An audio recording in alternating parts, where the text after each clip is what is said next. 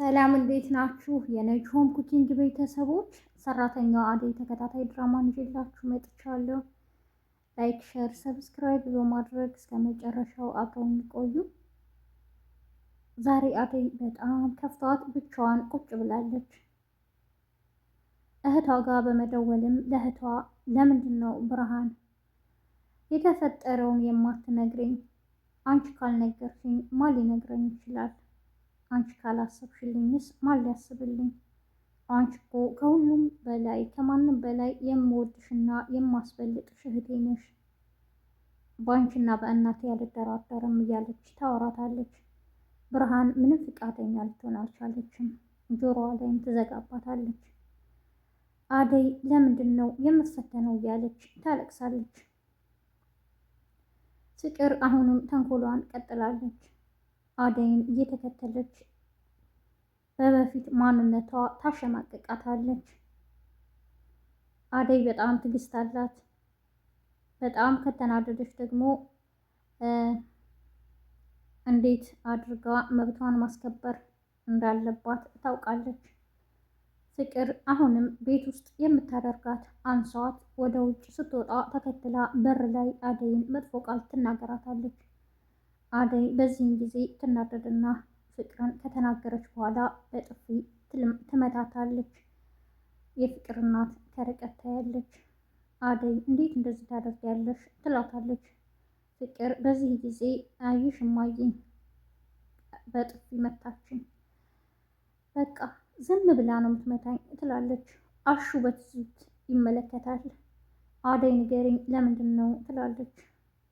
ምንም የማደርገው እና ምንም የምነግርሽ የለም በማለት ትታ ትሄዳለች። አደይ በጣም ስለተናደደች አሹም እረ እትዬ እርስዎ ግን ዝም ብለው ነው፣ ፍቅር ራሷ ናት የደረሰችባት የማይሆን ቃል ስትናገራት ነው የመታቻት እያለ ይናገራል። አደይ ለምን እዚህ ቤት ትመጣለች ስራ ከሌላት እያለች ለእናቷ ትናገራለች። አንቺ ግን መቼ ነው እኔን የምታስከብርኝ? መቼ ነውስ የአንቺ ጸባይ የሚስተካከለው? አደይ እኮ ካልደረሽባት ማንም ላይ አትደርስም ትላታለች። ፍቅር በጣም ትናደዳለች። ዳይመንድ ሆስፒታል መታየት አለብኝ ብሎ ወደ ዶክተሩ ሄደዋል። ገገራው ብርድ ልብስና ጋቢ በመልበስ ራሱን ትልቅ ሰውዬና የገጠር ሰው አድርጎ ወደ ዶክተሩ ጋር ሄዷል። የልጅ ልጄ ታማብኝ ነበር እያለም በሸመገለ ድምፅ ያወራዋል። ዶክተሩ ቀናና ሰዎችን መርዳት ስለሚወድ ምን ልርዳዎት ጋሽ እያለ ያናግረዋል። እሱም የልጅ ልጄ ታማብኝ ነበር፣ እዚህ መምጣት አልቻለችም፣ መድኃኒት ካለህ ስጣት፣ ሆዷን ነው ያመማት እባክህን እያለም ይነግረዋል። ለምን አትመጣም እያለ ይጠይቃል። ስለማትችልም ይለዋል። በቃ እርስዎ በእግሮ አይሄዱ እኔ ይዤዎት እሄዳለሁ ይለዋል ዶክተሩ። ዳይመንድ እየሰማ ነበር። እንዴ ጋሺ ምን ሆኖ ነው ደግሞ እንደዚህ በዚህ ሙቀት ተከናንበው የመጡት እያለም ይጠይቀዋል። አይ አሞኝ ነው እያለ ይነግረዋል። በመጨረሻም ዶክተሩ በመኪናው ይዟቸው ሄዷል።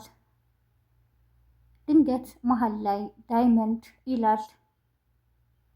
ጀገራው ቢሸፋፈንም ያው በዳይመንድ ስለሚያውቀው ዳይመንድ እንዴ ምን ማለት ነው ደግሞ እንዴት ስሜ ልታወቅ ቻልክ ይለዋል። ዶክተር አሁን ሲጠራህ እያወራን መጣን አይደል ቤተሰቦን እያለ ቀልዶ ይሸፋፍነዋል። እኔ እኮ ዳይመንድ እያለ ዶክተሩ ሲጠራህ ገርሞኝ ነው እያለም በሸመገለ ድምፅ አስመስሎ ያወራል። አዎ ዳይመንድማ እንዴ የአራዳ ስም እኮ ነው እያለ ይስቃል። ባቡሬና ለምለም ቁጭ ብለው ያወራሉ። ከዚህ በፊት ለምለም ጥሩ ሁኔታ ላይ ባልነበረችበት ጊዜ የምታወራውን ያስታውሳታል።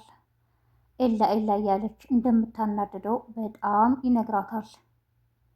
እሱ ደግሞ በምታወራው ሌላ እያወራ ያናድዳታል። እንዴ እኔ እኮ ብዙ ተናድጃለሁ ባንቺ። ያኔ ኤላ ኤላ እያልሽ ለምን ታካብጃለሽ? ያኔ እኮ እኔ ታመሜ ነው፣ አንተ ደግሞ አሁን ምን ሆንኩ ብለህ ነው በማለት ለሊም ትናደዳለች። በመሀል አክስቴ ደወለችልኝ በማለት ስልክ ታነሳለች። አክስቷም ስለ ካርታና ፕላን ስለ ቤቱ ደውላ ትነግራታለች። ከዚህ በፊት የቤዛ ወንድም የካርታና ፕላኑን ለሊ አእምሯ እንደዛ በሆነ ሰዓት ከቤቷ አውጥቶ ወስዷል። እንዴ ምን ማለት ነው? ምን አስባ ነው ይህን ያክል አሁን የደወለችው? ደግሞ ስለምን ካርታና ፕላን ነው የምታወራው? የት ነው ይላታል። አይ እሱማ አለ እኔ ጋ ነው። ለምን መለሽ ነው እኮ የምትለኝም እያለች ያወራሉ። ጀገራው ክትትሉን ቀጥሏል። ለሊጋ ሆስፒታል ካለች በማለት ነበር ሊያጣራ ሄደው አልተሳካለትም። አሁንም መንገድ ላይ ሲያልፍ ቤዛ በማለት ይጠሯታል። እንዴ ደግሞ ልመና ተሸፋፍኖ ተጀመረ እንዴ ትላለች። የተከናነቡን ሲገለጥ እንዴ አንተ ነህ እንዴ ምን ሆነህ ነው ትለዋለች። ያችን ለሊ ፍለጋ ሄጄ ነበረ ወደ ሆስፒታል አላገኘዋትም። ስለዚህ ማናት ጓደኛዋ አደይን እሷን ይዤ አለችበት እንድትወስደኝ እፈልጋለሁ ይላታል። ፍቅር አሁንም ዴቭን ተከትላ ለመሄድ በር ላይ ናት። ዴቭ አደይን የምትናገራቻትን ሁሉ ስለሰማ ይወጣና እስካሁን አደይን ያልሻትን ሰምቻለሁ። አደይ የምወዳትና ወደፊት ሚስቴ የምትሆን ሴት ናት። አደይን ምንም ልትናገሪያት አልፈልግም በማለት ይነግራታል። እኔን የምትውጂኝ ከሆነ የምወደውን መውደድና ማክበር አለብሽም ይላታል። ፍቅር ከዚህ በኋላ ይህን ነገር እንዳታደርጊ ብሎ አስጠንቅቆ ይሄዳል። አሹም የኔ ቆራጦን ጥሰይ ደግ አደረገሽ፣ አይሽ የሚወዳትን ሴት ማንም ሲነካበት አይፈልግም ይላታል። ፍቅር በጣም ትናደዳለች። ፍቅር የሆነ ቦታ ሂዳ ቁጭ ትላለች። ዳኔም ይመጣል። እዚህ ምን እያደረግሽ ነው በማለት ይጠይቃታል። ዴቭን ተከትዬ ወጥቼ ነው በማለት ትነግረዋለች። እንዴ ዴቭ ደግሞ ለምን ይላታል። ባሌ ነው እያለችም ትነግረዋለች።